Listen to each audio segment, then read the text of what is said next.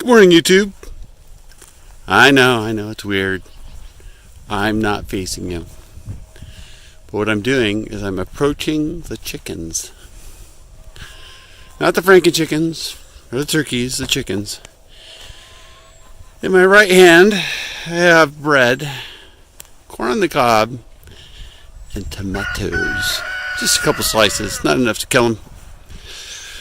I just want you to show you that they move to the fence.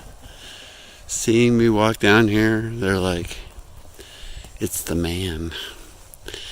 Now they go through this a couple times a day because, as you can see in the foreground, right there is the electric net charger. So I come down here and I turn that on and off right there so they get kind of teased, I guess.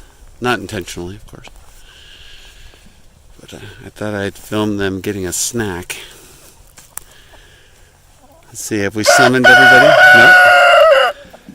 Jasmine's having a hard time with her new cape. It seems that she's getting picked on or something because she's isolating herself. So first thing, I'll throw in some corn. That was a mutant corn cob from last night. Oh yeah. I like corn. The funny thing is, you see Gray Boat right here in the front? This one right here. He's pretending to eat, but he's actually guarding the chickens from me. Here's another corn cob. They're like, wait, there goes a corn cob.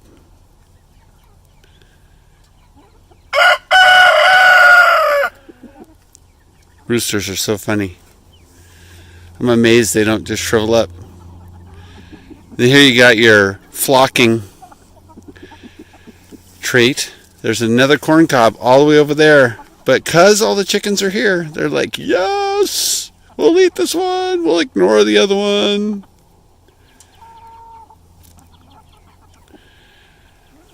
Okay.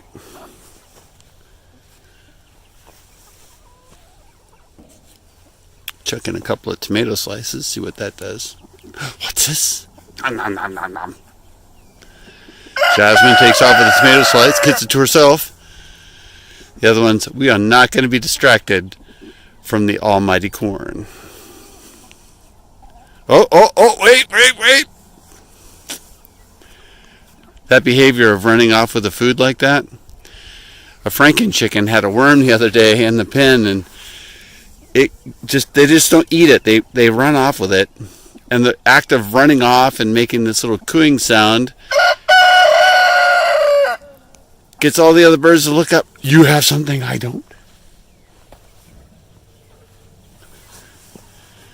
Let's check out some breadcrumbs.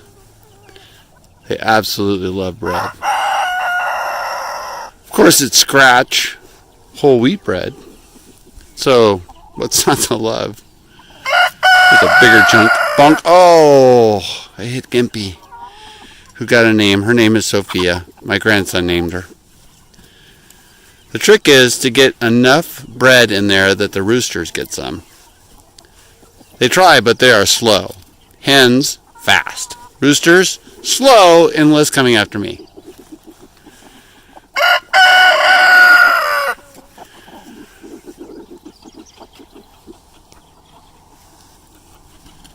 So that hen right there is down there doing the clock that says, I have food. Which basically says, everybody, come quick, steal this from me. There's a big chunk.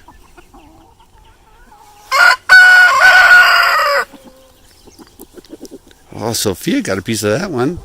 I always throw at the big guy. He probably thinks I'm throwing stuff at him, but occasionally he'll get it if I get enough in there. But there's no way I'm going to do it with only one hand. So let's just throw the rest in there and let's see what happens.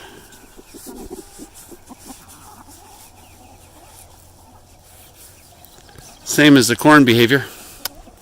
Nom nom nom. I think this flocking thing is actually part of their evolution, because they don't have the ability to pull. If you look at Sophia right here, She doesn't put her talon on it. She just pecks at it. So some of these things, they actually need two birds to peck at it at the same time so they can rip it enough to eat it. And that's what they're doing with the bread over there. Until it gets to the point where they can just consume it outright. Eventually, somebody's going to find that corn of the cob that's over here. And we'll get another feeding frenzy. If I went in there and touched it, that would be enough. So they run off with it, but they need friends. I don't get it. Anybody know the actual reason for this? Am I off my mark? Tell me below. But if I had treats all day long, I would just sit out here and feed the chickens because I get a kick out of it. Anyway, off to chores. Progress made this morning. Got the starts all out of the basement and sunning. I have now claimed all 24 of the necessary 4x4s from various piles.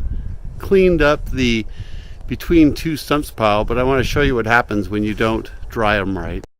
If you don't put pressure on the boards and suspend them like that, then they get all warpy and happy.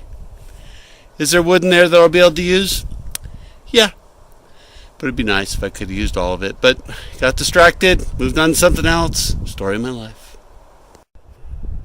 YouTube, the time has finally come. You've been waiting for it. Some long waited for it. I know I have long waited for it. But I'm done showing you post hole digging videos. That's right. All 36 of them. Dug or cleaned out 18 times, etc. Finished. Completo. But I want to show you one very problematic hole. The hydraulic post hole digger dug like 2 inches and quit. Now I know why. This hole right here, which is very close to the tree. You would think it would have had roots in it. No. Over here is all the dirt that it took out of a 2-foot, 2-inch hole. It's not very much dirt. That's because all of these rocks were in that hole. Look at this one. I've got a really big end. Those rocks were a bear to get out of there. And there's still rocks in that. Ugh, it was a terrible hole. You can tell that I worked at it because it's all malformed at the top.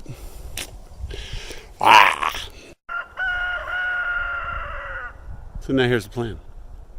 The corners of the garden and the posts adjoining the corners will be the treated wood that I already have. When I pulled them out of the ground in the winter, they look good. I don't like using treated wood, but because it's still in good condition, I'm going to put it in the corners. Everything else is pine from the property. What we're doing here is we're burning the bottom 2.5 feet of each of the posts. They're pine posts. I don't want to treat them with chemicals from the store that makes them last longer. So instead, we are burning them to seal in their pores and allow them to last longer while buried under the ground. So my wife is burning each one, and then I roll them over for her so they're ready for when she's ready to do the next side. We've done one side already, and this is our second side.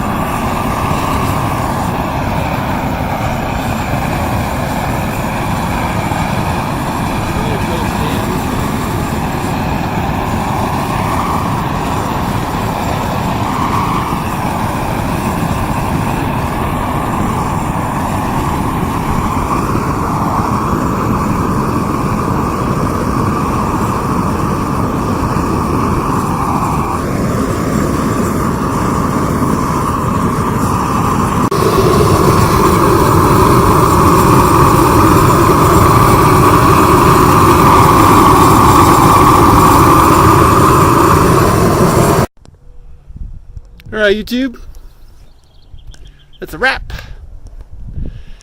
See you tomorrow when we're going to put posts in the ground. Maybe even hang some fence. That would be exciting, because my starts definitely want to go in the ground. They're like, please, please, please plant us. Anyway, think homesteading thoughts and have a great evening. See you tomorrow.